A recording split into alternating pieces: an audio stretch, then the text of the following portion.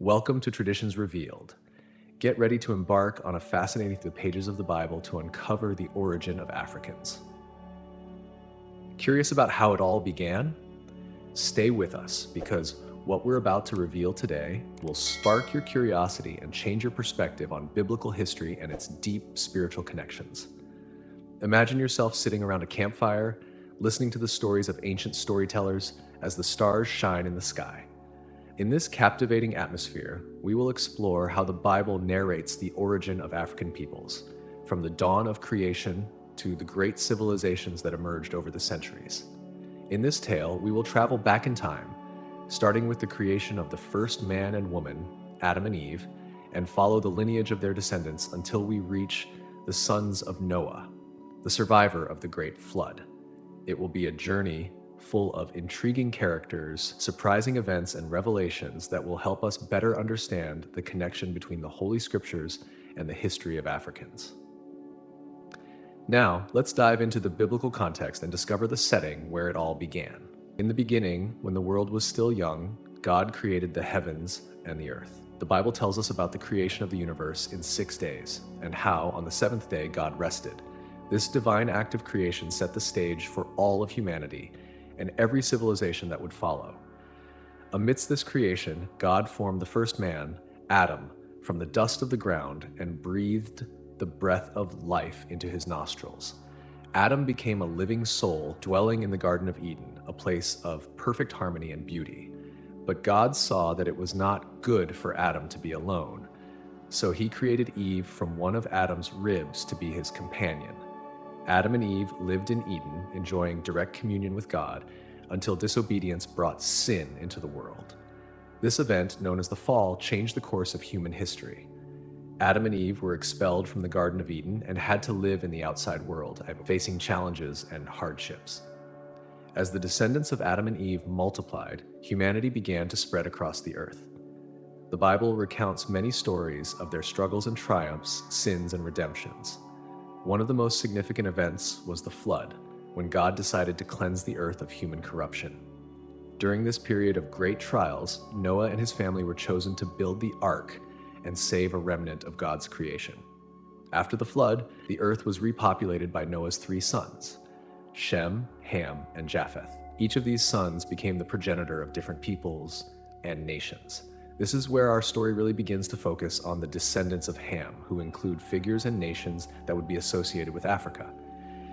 But before we delve into those details, we need to understand the complex and rich tapestry of events and people that make up the biblical context. Humanity in the Bible begins with Adam and Eve, but extends through their descendants who populated the earth. After the fall and their expulsion from the Garden of Eden, Adam and Eve started the human lineage. They had many sons and daughters, but the most notable were Cain, Abel, and Seth. Cain, the firstborn, became known for his tragic role in the first story of fratricide when he killed his brother Abel. This act of violence resulted in Cain's curse and his migration to the land of Nod, east of Eden. There, he and his descendants founded cities and began to develop the first forms of civilization. Meanwhile, Seth, born after Abel's death, continued the lineage that was considered righteous and devoted to God. Through Seth's descendants, we reach Noah, a man described as righteous and blameless among his contemporaries. Noah, chosen by God to survive the Great Flood, built an ark according to divine instructions and sheltered his family and a pair of every animal species. When the waters finally receded, the ark rested on Mount Ararat, and Noah and his sons emerged to repopulate the earth. Noah's 3 sons, Shem, Ham, and Japheth, became the progenitors of all the nations of the earth. Each son gave rise to different ethnic groups and cultures that spread throughout the world. Shem, for instance, is traditionally considered the ancestor of the Semitic peoples, including Hebrews and Arabs. Japheth is associated with the peoples of the northern European and Asian regions. Ham, on the other hand, is a central figure in our story, as his descendants are often linked to the African peoples. Ham had 4 sons, Cush, Mizraim, Put, and Canaan. Each of them founded nations that would be prominent in the biblical narrative and the history of humanity. After the flood, Noah and his sons began to repopulate the earth. Shem, Ham, and Japheth each with their own families, became the progenitors of different peoples and nations. These three brothers are essential for understanding how various civilizations emerged and spread. Ham, the middle son, had four sons: Cush, Mizraim, Put, and Canaan. Each of them founded nations that played significant roles in the biblical narrative. The Bible details these nations, highlighting their contributions and interactions with other peoples. The most notable episode related to Ham and his descendants is the curse of Ham. After the flood, Noah planted a vineyard and one day got drunk on the wine. Ham found his father naked and, instead of covering him, told his brothers Shem and Japheth. They respectfully covered Noah without looking at his nakedness. When Noah awoke and learned what had happened, he cursed Canaan, the son of Ham, declaring that he and his descendants would be servants of his brother's servants. This curse had profound implications for Ham's descendants and is often cited in discussions about the origin of African peoples. Despite this curse, the descendants of Ham, especially through Cush and Mizraim, gave rise to powerful and influential civilizations. Cush is traditionally associated with Ethiopia and adjacent regions, while Mizraim is the ancestor of the Egyptians, who built one of the most enduring and impactful civilizations in history. As we progress, we will see how each of Ham's sons contributed to the development of great cultures and how their stories intertwine with biblical narratives. One of Ham's curse is one of the most enigmatic and discussed episodes in the Bible. After the flood, when Noah began to cultivate the land, he planted a vineyard. One day, Noah drank some of the wine he produced and became drunk, exposing himself inside his tent. It was then that Ham, the father of Canaan, saw his father's nakedness and went out to tell his brothers, Shem and Japheth. Shem and Japheth's response was marked by profound respect. They took a cloak, walked in backward to avoid seeing their father's nakedness, and covered Noah. When Noah awoke from his drunkenness and learned what his youngest son had done, he pronounced a curse. But interestingly, the curse did not fall directly on Ham, but on his son Canaan. Noah said, "Cursed be Canaan, the lowest of slaves will he be to his brothers." This curse had a significant impact on Ham's lineage. The figure of Canaan became central to many of the conflicts that would later occur in the Bible, especially in the relationship between the Israelites and the Canaanites. The curse also influenced the historical perception of Ham's descendants. Despite this curse, it's important to note that Ham's other sons, Cush, Mizraim, and Put, followed different paths and founded great civilizations. The curse of Canaan did not automatically extend to all of Ham's descendants, and many of his children were responsible for founding powerful and influential cultures. However, the mark of Canaan's curse echoed through the centuries and had profound implications for the relationships between the different nations descended from Noah. Now, let's focus on Ham's sons who were not affected by the curse, starting with Cush, and explore their contributions to history and how their lineages developed. Of Canaan, the stories of Ham's other sons, Cush, Mizraim, Put, and Canaan, unfolded in diverse and fascinating ways. Each of them founded nations and civilizations that left indelible marks on history. Cush, Ham's first son, is traditionally associated with the region we now know as Ethiopia and parts of Sudan. The descendants of Cush established powerful and influential kingdoms in East Africa, significantly contributing to the culture and history of the region. The kingdom of Cush, for example, is frequently mentioned in the Bible as a strong and prosperous nation. Mizraim, Ham's second son, is identified with Egypt. The Egyptians, descendants of Mizraim, built one of the most advanced and enduring civilizations of antiquity. Egypt is famous for its pyramids, pharaohs, and a complex system of writing and religion that influenced many cultures over millennia. The Bible often mentions Egypt as a great empire and the setting for many important stories, including the enslavement of the Israelites and the Exodus led by Moses.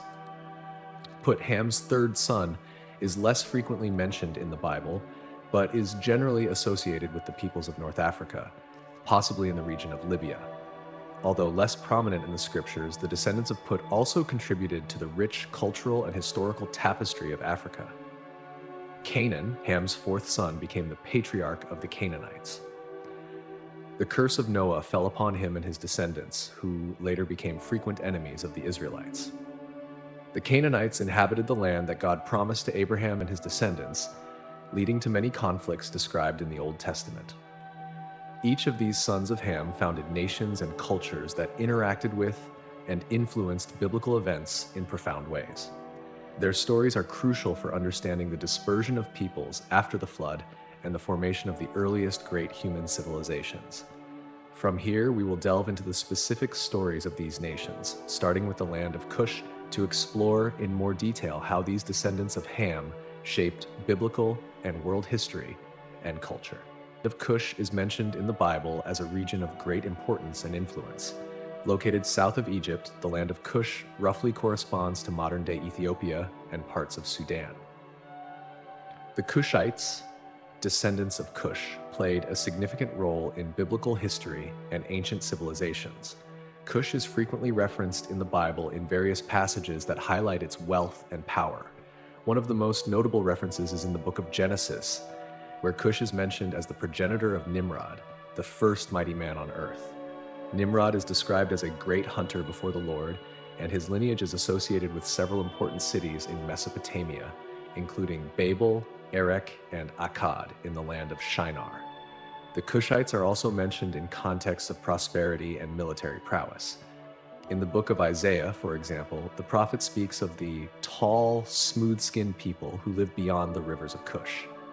This people is described as a powerful and feared nation whose lands were watered by great and abundant rivers. Additionally, the land of Cush is connected with the Queen of Sheba, an iconic biblical figure who visited King Solomon bringing great wealth and gifts. The Queen of Sheba, whom many scholars believe to have originated from the region of Cush or nearby, is remembered for her wisdom and her encounter with Solomon, an event symbolizing the interconnection between different cultures and nations of antiquity.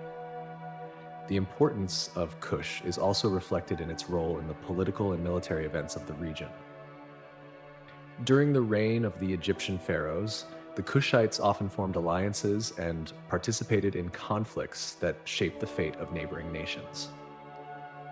The Bible mentions several interactions between the Cushites and the Israelites, including military confrontations and strategic alliances. The Cushites, with their rich culture and history, not only contributed to the formation of African civilizations, but also played a crucial role in biblical narratives. The land of Cush and its people represent an important part of the biblical and historical legacy, highlighting the diversity and complexity of human origins according to the scriptures.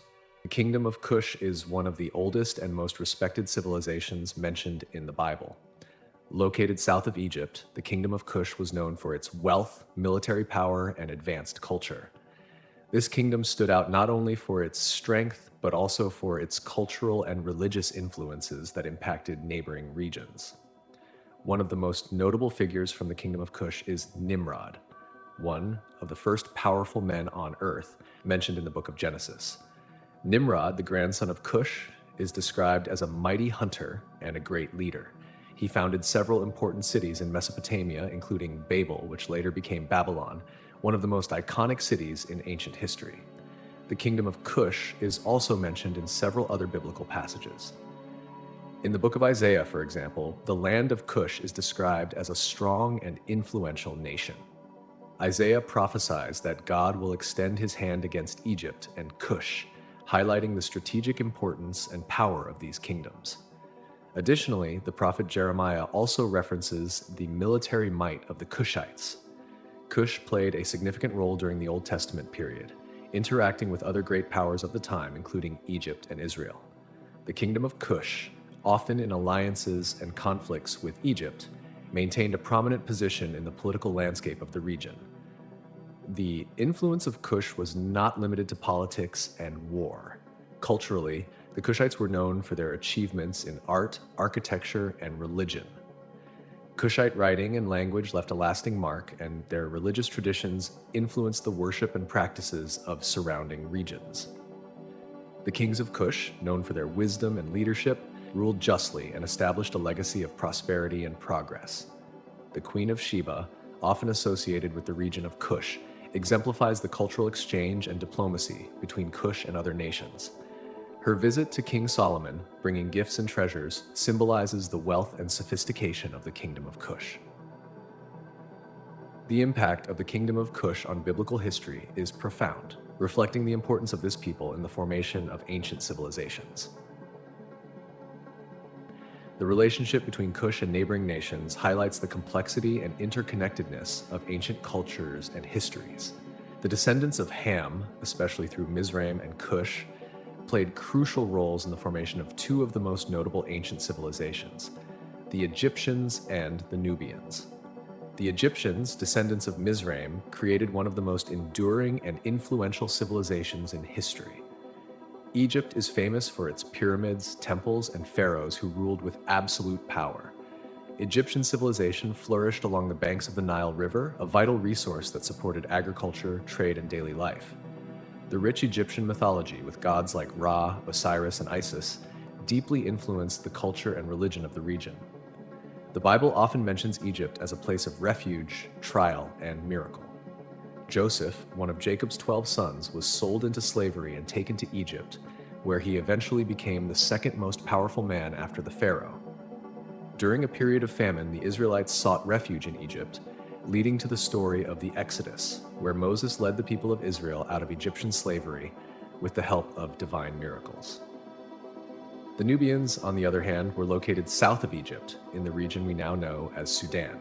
Known as Kushites in the Bible, the Nubians developed an advanced civilization that often rivaled Egypt in power and wealth. The two kingdoms had a complex relationship of trade, war, and cultural exchange. The Nubian influence on Egypt was significant, especially during the period known as the 25th Egyptian dynasty, or the Nubian dynasty. During this time, Nubian pharaohs ruled Egypt and sought to restore the ancient traditions and glories of the empire. Taharka, one of the most well-known Nubian pharaohs, is mentioned in the Bible in the context of political and military interactions with the Assyrians. In addition to their military strength, the Nubians were known for their skills in metallurgy and architecture. They built pyramids, temples, and other monumental structures that still impress archaeologists and historians today. The relationship between the Egyptians and the Nubians is a testament to the interconnectedness of ancient civilizations. Although often in conflict, these peoples also exchanged knowledge, culture, and technology. The interactions between the Nubians and the Egyptians significantly shaped the region's history and left a lasting legacy. The Kushites, descendants of Kush, not only created a powerful kingdom in East Africa, but also had a significant influence in various parts of the biblical world. The presence of the Kushites can be found in several narratives and important characters in the scriptures, highlighting their relevance and impact.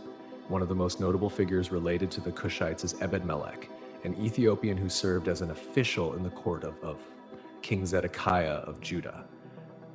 During the Babylonian invasion of Jerusalem, the prophet Jeremiah was thrown into a muddy cistern for his unpopular message of surrender to the invaders. Ebed-Melech, showing courage and compassion, intervened with the king to rescue Jeremiah, risking his own life. This act of bravery not only saved the prophet, but also highlighted the presence and influence of the Kushites in Jerusalem's politics. Another example is the visit of the Queen of Sheba to King Solomon. Although the Bible does not explicitly identify the queen as a Kushite, many scholars and traditions believe she came from a region south of Egypt, possibly the land of Kush or a nearby territory. The visit of the Queen of Sheba is one of the most fascinating stories in the Old Testament. She came to test Solomon's wisdom, bringing with her a caravan loaded with riches such as gold, spices, and precious stones. The mutual admiration between the Queen and Solomon and the exchange of gifts symbolize the cultural and economic interconnection between Kush and Israel. Beyond these individual figures, the Kushites also appear in military contexts. During the reign of King Asa of Judah, Zerah the Kushite invaded Judah with a powerful army. Asa, with unwavering faith in God, led his troops into a battle that resulted in the crushing defeat of the Kushites. This event, recorded in the book of 2 Chronicles, underscores the military power of the Kushites and divine intervention in favor of Judah. The Kushites are also mentioned in prophetic writings, where they often symbolize powerful and distant forces. For example, in the book of Zephaniah, God promises to bring judgment upon Kush, demonstrating that even the most distant nations are not beyond his power and justice. The influence of the Cushites in the Bible goes beyond mere mentions. They are portrayed as active participants in the shaping of biblical history. Their interactions with Israel and other nations highlight the complexity and richness of cultural and political relations in antiquity. Vast tapestry of the biblical narrative, several characters of African origin play crucial roles, highlighting the diversity and interconnectedness of ancient cultures. These characters not only contributed to the history of Israel, but also enriched the biblical narrative with their own stories of faith, courage, and wisdom. A prominent figure is the Queen of Sheba. Although the Bible does not explicitly mention her African origin, many traditions and studies place her in the region of Ethiopia or South Arabia, both locations with strong connections to Cush. Her visit to King Solomon is one of the most celebrated events of the Old Testament. Fascinated by Solomon's wisdom and prosperity, she traveled with a large entourage, bringing exotic and precious gifts. The meeting between the Queen of Sheba and Solomon symbolizes cultural exchange and mutual admiration between their kingdoms, highlighting the influence and wealth of the land of Cush. Another notable character is Ebed-Melech, the Ethiopian who served in the court of King Zedekiah of Judah. When Jeremiah was thrown into a cistern for his warning message to Judah's leaders, Ebed-Melech showed great courage by interceding for him. With the king's permission, he organized Jeremiah's rescue, pulling him out of the muddy cistern. This act of bravery and compassion is an example of the positive impact and influence of the Cushites in Jerusalem. Zephaniah, one of the minor prophets of the Old Testament, also had Cushite ancestry. He was the son of Cushi, which suggests a direct connection to the land of Cush. In his writings, Zephaniah brought messages of warning and hope, highlighting God's sovereignty over all nations, including Cush. His Cushite heritage exemplifies the diversity among Israel's prophets. The Ethiopian eunuch described in the Acts of the Apostles is another significant character. He was an important official in the court of Queen Candace of Ethiopia, responsible for all her treasures. During his journey from Jerusalem, where he had gone to worship, he encountered Philip the evangelist. Philip explained to him the meaning of the scriptures he was reading, and the Ethiopian accepted Jesus as his savior, being baptized immediately. This encounter highlights the spread of Christianity beyond the borders of Israel, reaching Africa. These characters, each in their own way, demonstrate the deep connection between African peoples and the biblical narrative. Their stories of faith, courage, and wisdom enrich the history of Israel and underscore the universality of the biblical message. Prophecies frequently include mentions of African nations and peoples, highlighting their significant role in the divine plan and the history of redemption. These prophetic references not only acknowledge the presence and importance of Africans, but also reveal the universal reach of God's message. In the book of Isaiah, there are several mentions of Cush. Isaiah 18, for example, is a prophecy directed to the land beyond the rivers of Cush. This chapter describes a powerful and feared people whose nations will bring gifts to God in Jerusalem. This prophecy suggests that even distant nations like Cush will be drawn to worship the Lord on Mount Zion, recognizing God's sovereignty. Another important prophecy is in Zephaniah 3 verse 10, where God declares, "From beyond the rivers of Cush, my worshippers, the daughter of my dispersed people, will bring me offerings." This passage highlights the inclusion of African peoples in God's redemptive plan. Even those who are geographically distant are called to participate in the worship and service of God, demonstrating that salvation is for all peoples. Jeremiah also mentions Cush in his prophecies. In Jeremiah 13:23, the prophet makes a metaphorical reference saying, "Can an Ethiopian change his skin or a leopard its spots? Then may you also do good who are accustomed to doing evil."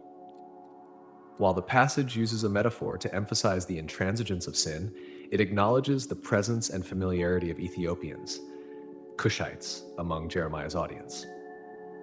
In the New Testament, the book of Acts mentions the conversion of the Ethiopian eunuch, often seen as the fulfillment of Old Testament prophecies about the inclusion of Gentiles in the salvation offered by Christ. This event is significant because it symbolizes the expansion of the gospel beyond the borders of Israel, reaching the African continent. Additionally, in Psalm 68:31, there is a prediction that envoys will come out of Egypt, Ethiopia will stretch out its hands to God. This passage is a powerful recognition that African nations will not only acknowledge God, but also play an active role in his worship.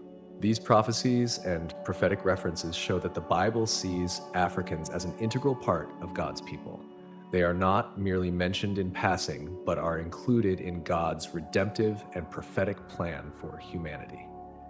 These passages reflect the vision that God's love and sovereignty extend to all nations, without distinction of race or geographical origin. The spirituality and culture of African peoples, especially the descendants of Cush, play a significant role in the biblical narratives.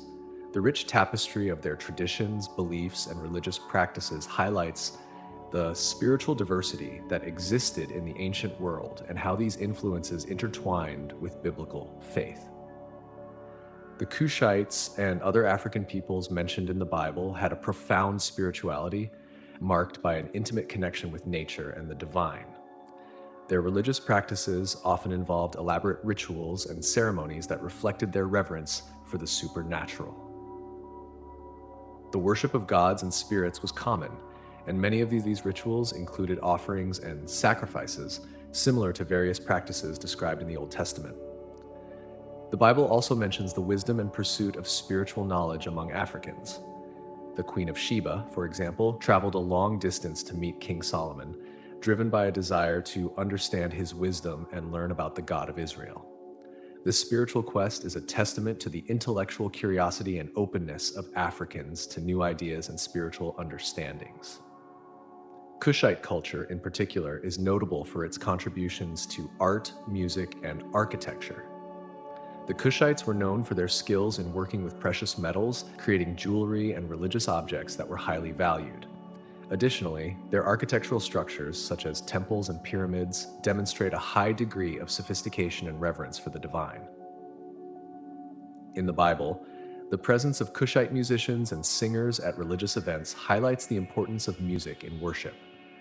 Songs and musical instruments were used to praise God and create an atmosphere of celebration and devotion. This use of music is reflected in the Psalms, where worship through singing and dancing is frequently mentioned. The integration of Africans into the biblical narrative also suggests significant cultural exchange. As peoples met and interacted, there was a fusion of ideas and practices that enriched the spiritual experience of all involved. This cultural syncretism is evident in the descriptions of interactions between Israelites and Cushites, where elements of both cultures intertwined. Furthermore, the Bible recognizes the dignity and intrinsic value of Africans, demonstrating that regardless of cultural differences, all are equal in the eyes of God. The stories of characters like Ebed-Melech and the Ethiopian eunuch underscore the message that faith and justice transcend cultural and racial boundaries. As we move forward, we will see how the importance of Africans in the Bible is not limited to their presence, but also includes the lasting impact they had on the history of salvation and the formation of the early Christian communities. The presence of Africans in the Bible is a testament to the diversity and universality of the divine message. From the descendants of Ham, such as Cush and Mizraim, to specific characters like Ebed-Melech and the Ethiopian eunuch, Africans played crucial roles in the biblical narrative, reflecting the breadth of God's plan for humanity. One of the main contributions of Africans in the Bible is their active participation in great stories of faith and redemption. Ebed-Melech, the Ethiopian official who saved the prophet Jeremiah, exemplifies courage and justice, showing that doing the right thing transcends ethnicity and nationality. His intervention ensured the survival of one of Israel's most important prophets, highlighting the idea that God uses people from all nations to fulfill his purposes. The Ethiopian eunuch, whose story is told in the book of Acts, represents the inclusion of Gentiles in the new covenant of Christ. His conversion and baptism by Philip demonstrate the spread of the gospel beyond the borders of Israel, reaching the ends of the earth. This event is significant because it shows that the message of salvation is for everyone, regardless of origin or social status. The presence of Africans in the Bible also highlights the cultural and spiritual richness they brought to the history of Israel. The Queen of Sheba, with her wisdom and wealth, not only admired Solomon's wisdom, but also established an example of cultural and spiritual exchange. Her visit reinforces the idea that knowledge and faith can be shared and enriched through interactions between different peoples. Additionally, prophetic references to Africans, such as those found in the books of Isaiah and Zephaniah, point to a future where all nations will recognize God's sovereignty. These prophecies underscore the biblical vision of a world united under divine rule, where diversity is celebrated and every nation contributes to global worship. Africans in the Bible also play an important role in reaffirming the equality and dignity of all people. In a time when racial and cultural divisions were common, the biblical stories highlight inclusion and acceptance, showing that faith and justice are accessible to all. Reflecting on the importance of Africans in the Bible, we see a picture of inclusion, diversity, and significant contributions to the history of salvation. Their stories remind us that God's plan is for all humanity and that each person, regardless of their background, has a unique and valuable role to play. As we conclude our journey, let's recap the main points and reflect on the contributions of Africans in the Bible and human history, emphasizing the message of unity and diversity that permeates the scriptures. Our journey through the pages of the Bible to discover the origin and importance of Africans has revealed a wealth of stories, characters, and spiritual lessons. From the descendants of Ham to notable figures like the Queen of Sheba, Ebed-Melech, and the Ethiopian eunuch, we have seen how Africans played crucial roles in the biblical narrative, contributing to the diversity and depth of the sacred history. These stories show us that the Bible is not just a record of a single people, but a testimony to the interaction between diverse cultures and nations. Africans, with their rich cultural and spiritual heritage, were an integral part of this divine tapestry, demonstrating that God's plan has always included all nations. The presence of Africans in the Bible reflects the universality of God's message. From prophecies that include Cush and Egypt as participants in the divine plan, to acts of faith and justice performed by individuals like Ebed-Melech, we see that faith in God transcends all ethnic and geographical boundaries. The story of the Ethiopian eunuch in particular highlights the inclusion of Gentiles in the New Covenant, symbolizing that salvation through Jesus Christ is for everyone. Moreover, the influence of Africans in the Bible reminds us of the importance of diversity in the story of redemption. The cultural and spiritual interaction between Israel and African peoples enriched both cultures and showed that wisdom and faith can be found all over the world. The visit of the Queen of Sheba to King Solomon is a clear example of this, symbolizing the universal quest for knowledge and spiritual understanding. Africans in the Bible also teach us about courage, justice, and the pursuit of truth. Ebed-Melech's actions in saving Jeremiah and the Ethiopian eunuch's readiness to accept the message of Christ are examples of how faith can manifest in powerful and transformative actions. As we conclude our journey, we reflect on the contribution of Africans in the Bible and the history of humanity. Their stories remind us that regardless of our origins, we are all part of God's plan. The message of unity and diversity that permeates the scriptures calls us to recognize and celebrate the cultural and spiritual richness of all nations. Thus, the Bible invites us to look beyond borders and embrace diversity as an expression of divine love and creativity. May we learn from these stories and apply their lessons in our lives, promoting a world where all cultures and peoples are valued and respected. Thank you for joining us on this journey through the pages of the Bible and history. If you enjoyed this video, please help us share more Bible stories like this one by subscribing to our channel. May these stories inspire you to explore more deeply the riches of God's Word and to recognize the beauty of human diversity.